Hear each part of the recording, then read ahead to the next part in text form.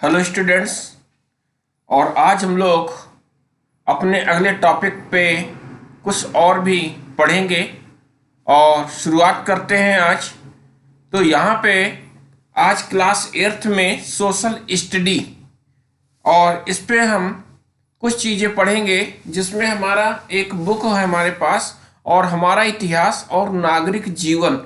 तो इस बुक में लेसन है पाठ से 7 है, पाठ 7 और इसका नाम है भारत में नवजागरण। तो लास्ट टर्न में हम लोगों ने नवजागरण के बारे में बहुत सारी बातें पढ़ी थी। इसको एक बार पुनः हम लोग समझ लेते हैं कि भारत में नवजागरण, तो नवजागरण का सबसे पहले हम लोगों को मतलब समझना पड़ेगा। नवजागरण का मतलब होता है कि किसी भी जगह में, किसी भी देश में, समाज में वहाँ का जो भी धर्म है, वहाँ जो भी सामाजिक व्यवस्था है, इससे संबंधित जो भी पुरानी मान्यताएं चल रही हैं, परंपराएं चल रही हैं, उनमें सुधार लाने के लिए जो भी प्रयास किया जाता है उसको हम लोग क्या कहते हैं? नवजागरण कहते हैं। तो सभी को ये डिफिनीशन क्लियर हो जानी चाहिए। इसके बाद और आगे हम लोग बात करते हैं कि कुछ धर्म सुधार आंदोलन चले थे और जिसमें हिंदू समाज में भी कुछ सुधार आंदोलन हुए थे, कुछ विचारक हुए थे और मुस्लिम सुधार आंदोलन भी चले। इस मुस्लिम सुधार आंदोलन में मुस्लिम समाज में एक प्रमुख विचारक और समाज सुधारक हुए, उनका नाम था सर सैयद अहमद खां। अब सर सैयद अहमद खां इन्होंने किया क्या? तो सन 1864 ईस्वी में साइंटिफिक सोसाइटी की स्थापना की। सन 1864 ईस्वी में साइंटिफिक सोसाइटी की इन्होंने स्थापना की और साथ में अंग्रेजी शिक्षा की वकालत की। यदि अंग्रेजी माध्यम से मुस्लिम लोगों को शिक्षा दी जाएगी मुस्लिम समाज में तो उनमें और तेजी से प्रगति होगी।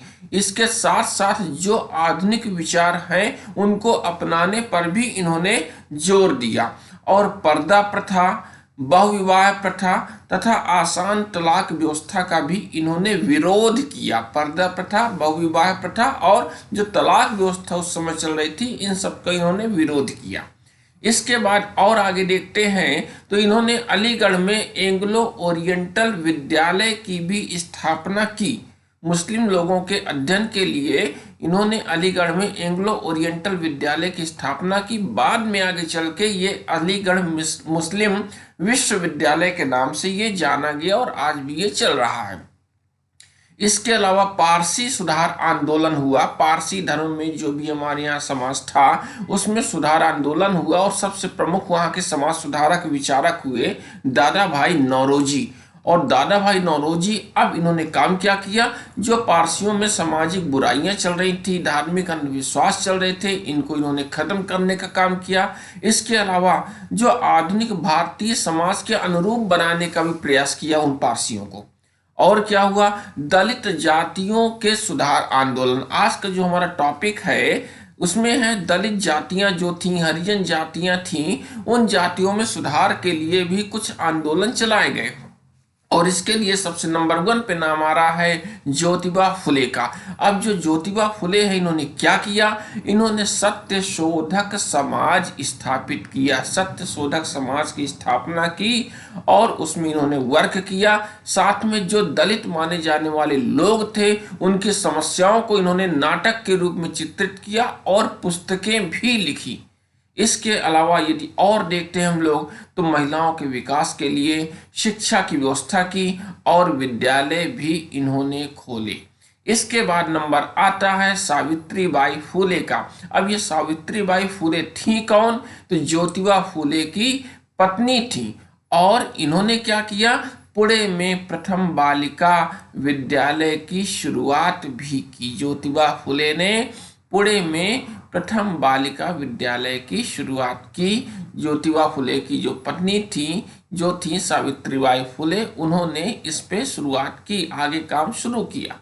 और क्या किया? सामाजिक कार्यों में योगदान भी दिया इन्होंने।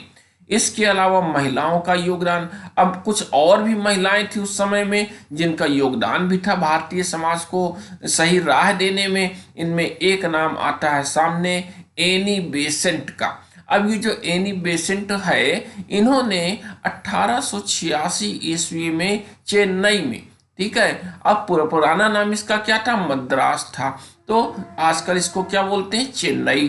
तो 1886 में चेन्नई में एनी बेसेंट ने थियोसॉफिकल सोसाइटी की स्थापना की और इसके अलावा साथ में हिंदू धर्म को विश्व के अन्य धर्मों से श्रेष्ठ बताया। और जो यहाँ की पवित्र बुक है श्रीमद् भागवत गीता, इसका अंग्रेजी में इन्होंने अनुवाद भी किया। इसके अलावा बाल विवाह, बहुविवाह और जाति प्रथा का भी विरोध किया एनी बेसेंट ने। तो इस प्रकार इतने सारे समाज सुधार के लिए काम हुए और बहुत सारे समाज सुधारक हुए। इन सब टॉपिक को आप लोग क्लियर कर लीजिएगा और तब तक हम लोग मिलते हैं आपसे अगले टॉपिक पे। और थैंक यू फॉर वाचिंग और मिलते हैं हम लोग अपने अगले टॉपिक पे।